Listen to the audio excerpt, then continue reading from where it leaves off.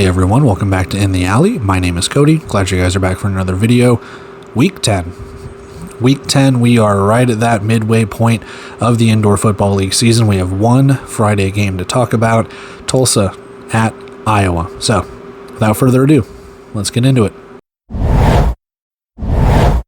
Alright, so let's talk about our standalone game on Friday night. We have a 7:05 p.m. Central Time kickoff. Where else but the Indoor Football League Network, unless you want to watch like the 5 minutes that they put on YouTube before pretty much telling you to go subscribe. So anyway, let's take a look at the 5-2 Tulsa Oilers traveling to Des Moines to take on the 1-6 Iowa Barnstormers. Taking a look at the season leaders here, rushing and passing, TJ Edwards has been the man for Tulsa, and we actually have a pretty good running back for Iowa. They used him pretty well last week. TJ Edwards, 81 of 128, 753 passing yards, 25 touchdowns, 2 interceptions. James Cahoon, 71 for 123, 728 yards, 16 touchdowns, 9 picks. Edwards, your leading rusher, 102 carries, 370 when it comes to yards, 14 touchdowns. So, 39 total touchdowns, rushing and passing? Pretty good. And Alfonso Graham, 9 carries, 21 yards, 1 touchdown. He has played one game for Iowa. He is already their leading rusher. And again, 9 carries for 21 yards. That's not bad considering what Iowa has not really been able to do so far this season. So getting that touchdown, running the ball effectively, takes a little bit of heat off that passing game for Iowa. So kudos are due in order. Receiving leaders for the Oilers, Sheldon Juju Augustine, 24 catches, 219 yards, and 8 touchdowns. And who else? Keon Williams for Iowa, 43 catches, 536 yards, and 10 touchdowns. And again, he's your kick returner as well. Special teams player of the week, 2 weeks in a row. The dude is on fire. So expect more of the same here. Injury report, nothing new to report. The transactions page did show Isaiah Smith for Tulsa coming off of short-term injured reserve, and I have had him on the 25-man roster for the last couple of weeks, so I'm not sure when he went on short-term injured reserve, but regardless, he's off of it. He will be on the 25-man roster. For Iowa, nothing changes. Kind of the same things with how they've gone the last couple of weeks. Taking a look at our game odds, we have an over-under of 87.5, and Tulsa is favored on the road by 7.5 points. Minus 245 for the money line for the Oilers, and plus 200 if you want to pick the home underdog of the Barnstormers.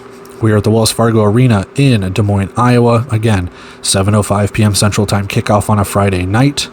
And a head-to-head 4-1 in favor of Tulsa. Their last meeting, week 8, so just a couple weeks ago. I just recapped it. Go look at it. Tulsa won 62-57 in a game that wasn't close until it was. So with that, let's go take a look at our 25-man rosters, bet and prediction, and we will get on out of here.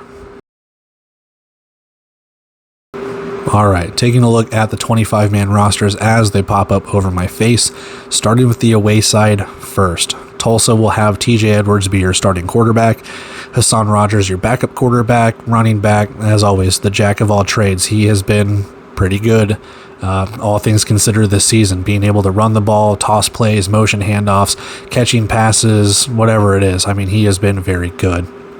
Your wide receiving core, Max Novak, Jerminic Smith, Sheldon Augustine, Spencer Tiers, and Cole Blackman. All of them in some way, shape, or form have been able to attribute, whether it's been Smith catching a touchdown, Augustine just leading and receiving and catching touchdowns, Tiers, Blackman, Max Novak on special teams and catching the ball as well. Like, they're all contributing, so that wide receiving core is stepping up. Offensive line, Gene Tapia, Patrick Barrett, Zach Branner, Kerry Reynolds. I think Patrick Barrett has kind of been the odd man out, if I'm not mistaken. Tapia, Branner, and Reynolds have kind of been your starters the last couple of weeks, so we'll see if that stays true to form. Jake Balderrama, again, we don't know. For the defensive line, Rudy Ngoni, Jacarius Smith, Trey Smalls, Rashawn Williams coming over from Green Bay when it comes to adding defensive line depth. Asias Carpenter has been released, so adding more depth to that defensive line. Your linebackers, Dylan Petway, Marquez Bembry, And then for the defensive secondary, Taylor Hawkins, Ramon Morris, Kentrell Pierce, Isaiah Smith. So there he is. Katron Allen and Trey Harvey. And we'll see if what they've been doing lately with Marquez Bembry going down to the defensive line, or maybe not even playing. I mean, he's playing, but Trey Harvey being that linebacker. Bembry and Petway have kind of been on special teams or in reserve roles, either going into linebacker, defensive line, whatever the case could be. So we'll see how it goes. New kicker for Tulsa, Jonah Edwards. So I think they brought Rio Ramirez in for just a week, and then they brought in Jonah Edwards. So there's your 25-man roster for Tulsa. Taking a look at the home side for the Barnstormers, James Cahoon, starting quarterback, and Grant Rohach, I believe, is going to be your backup quarterback. So, they're still kind of playing musical chairs with the quarterback, but I think Cahoon has earned his start. He is actually passing, for all intents and purposes, pretty well. Alfonso Graham, your running back, and then the wide receiving core stays the same. Keyshawn Taylor, Kean Williams, Jalen Bracey, Shaq Currington, and Raheem Harvey. Offensive line will probably stay the same as well. Tyler Castaneda, Terrence McLean, Paul Fay, Shamari Williams. Castaneda, Fagan Williams have kind of been your starters for, again, the last couple of weeks. I think that'll probably stay, again, true to form.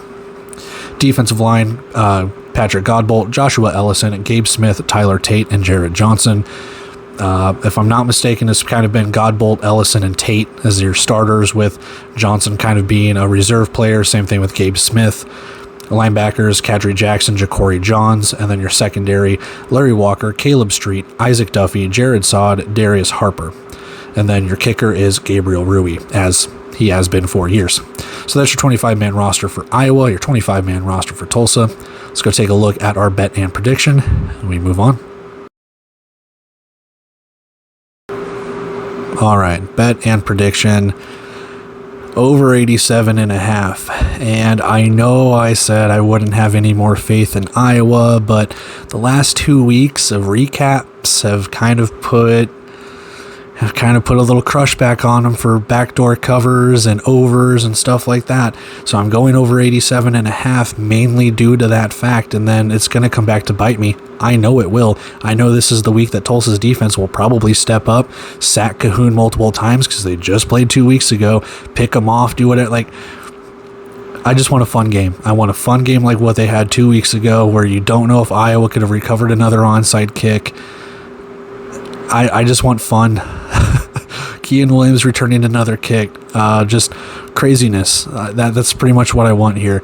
My prediction for this, 56-41. We know Tulsa can score points. They've been scoring points. They've been scoring 30, 40, 50 points practically all season. You know, they've done really well. Their defense has shown up at times. In the game a few weeks ago, the game that they had last week against Quad City, where they just kind of shut them down there towards the end, and we'll never know what happened in that final minute. The footage is lost to the sands of time. But with what Tulsa's been able to do lately, they still look good. I know I've said this in the very beginning. I have a tweet somewhere out there saying that Tulsa's going to vie for the number 1 spot in the East. I still kind of hold true to that. They are starting to round into form here. TJ Edwards looks like an MVP candidate. It's the faith in Iowa. Can they score points on Tulsa's defense? Can they do another backdoor cover? Can they go through all of this? I don't expect them to win. I don't. But can they do enough? Kean Williams will get his touches. Jalen Bracey looks good. If they can get that running game going just a little bit more, if they can get Alfonso Graham or any of the wide receivers to do some jet sweeps or whatever, they get the running game going just a little bit more, that could be good too, just to take a little bit of heat off that passing game. You know, Tulsa's defense, again, they've given up points, but they looked pretty good against Quad City last week. Again, they did not look good against Iowa in that fourth quarter 2 weeks ago, but for all intents and purposes, up until that point, they were destroying Iowa.